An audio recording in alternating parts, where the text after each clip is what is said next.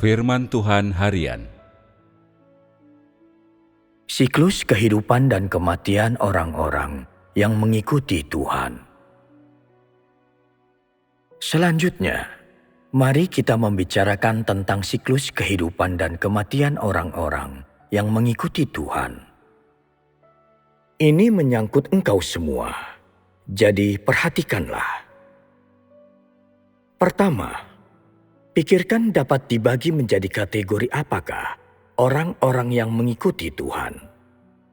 Umat pilihan Tuhan dan para pelaku pelayanan. Ada dua, umat pilihan Tuhan dan para pelaku pelayanan. Pertama, kita akan berbicara tentang umat pilihan Tuhan yang hanya ada sedikit. Apa yang dimaksud dengan umat pilihan Tuhan? Setelah Tuhan menciptakan segala sesuatu dan umat manusia, Tuhan memilih sekelompok orang yang mengikutinya, dan mereka disebut umat pilihan Tuhan. Ada cakupan dan makna khusus dari pilihan Tuhan atas orang-orang ini. Cakupan ini istimewa karena dibatasi hanya bagi sedikit orang pilihan yang harus datang ketika dia menjalankan pekerjaan penting. Dan apa makna pentingnya? Berhubung mereka merupakan kelompok yang dipilih oleh Tuhan, makna pentingnya besar, yaitu Tuhan berkehendak untuk melengkapi orang-orang ini dan menyempurnakan mereka. Dan begitu pekerjaan pengelolaannya selesai, Dia akan mendapatkan orang-orang ini.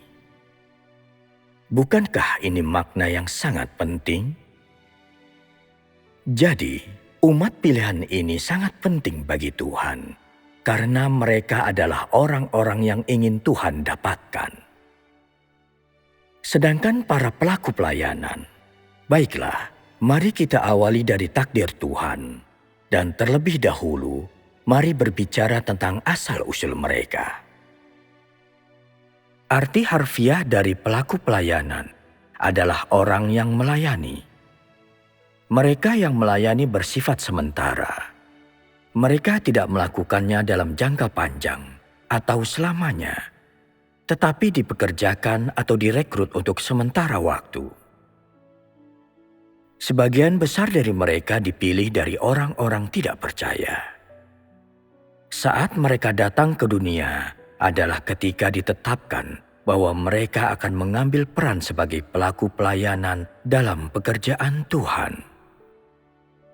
Mereka mungkin telah menjadi hewan di kehidupan sebelumnya, tetapi mereka mungkin juga adalah salah satu dari orang-orang tidak percaya.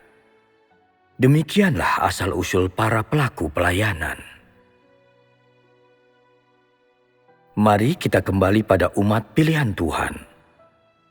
Ketika mereka meninggal, umat pilihan Tuhan pergi ke tempat yang sama sekali berbeda dari orang-orang tidak percaya dan beragam orang beriman. Itu adalah sebuah tempat di mana mereka ditemani oleh para malaikat dan utusan Tuhan, dan yang secara pribadi diselenggarakan oleh Tuhan. Meskipun di tempat ini umat pilihan Tuhan tidak dapat melihat Tuhan dengan mata mereka sendiri, tempat ini tidak seperti tempat-tempat lainnya di dunia roh. Ini merupakan tempat di mana kelompok orang ini pergi setelah mereka meninggal. Ketika mereka meninggal, mereka juga tunduk pada penyelidikan yang ketat oleh para utusan Tuhan. Apa yang diselidiki? Para utusan Tuhan menyelidiki jalan yang ditempuh oleh orang-orang ini sepanjang hidup mereka dalam kepercayaan mereka kepada Tuhan.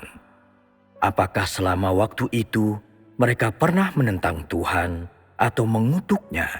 Dan apakah mereka pernah melakukan dosa atau kejahatan yang serius? Penyelidikan ini menjawab pertanyaan, apakah orang itu akan pergi atau tinggal?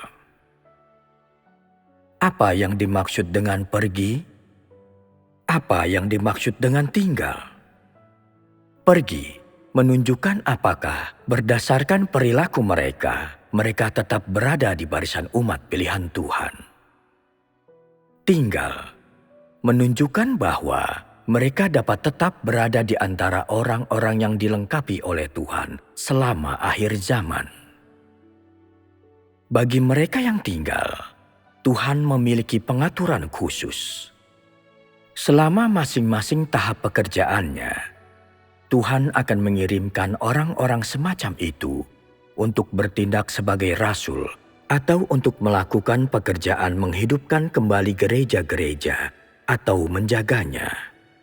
Tetapi orang-orang yang mampu melakukan pekerjaan seperti itu tidak bereinkarnasi sesering orang-orang yang tidak percaya, yang terlahir kembali dari waktu ke waktu. Sebaliknya, mereka dikembalikan ke dunia sesuai dengan kebutuhan dan langkah-langkah pekerjaan Tuhan, dan bukan merupakan orang-orang yang sering bereinkarnasi. Jadi apakah ada aturan kapan mereka bereinkarnasi?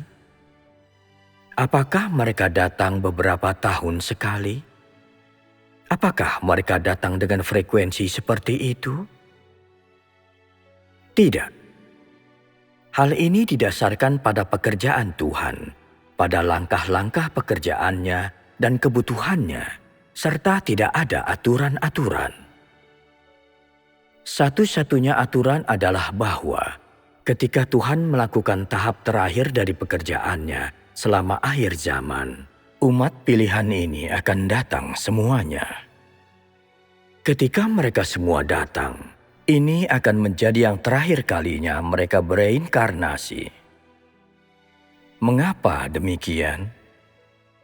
Hal ini didasarkan pada kesudahan yang akan dicapai selama tahap terakhir pekerjaan Tuhan. Karena selama tahap terakhir pekerjaan ini, Tuhan akan sepenuhnya melengkapi umat pilihan ini. Apa artinya ini? Jika selama tahap akhir ini, orang-orang ini dilengkapi dan disempurnakan, mereka tidak akan bereinkarnasi seperti sebelumnya. Proses menjadi manusia akan berakhir sepenuhnya, seperti halnya proses reinkarnasi. Ini berkenaan dengan mereka yang akan tinggal. Jadi pergi kemanakah mereka yang tidak bisa tinggal? Mereka yang tidak bisa tinggal mempunyai tempat yang pantas untuk pergi. Pertama-tama, sebagai akibat dari kejahatan mereka, kesalahan-kesalahan yang telah mereka buat, dan dosa-dosa yang telah mereka lakukan, mereka pun dihukum. Setelah mereka dihukum, Tuhan akan mengatur agar mereka berada di antara orang-orang tidak percaya atau di antara beragam orang beriman sesuai dengan keadaan. Artinya, ada dua keadaan yang mungkin bagi mereka.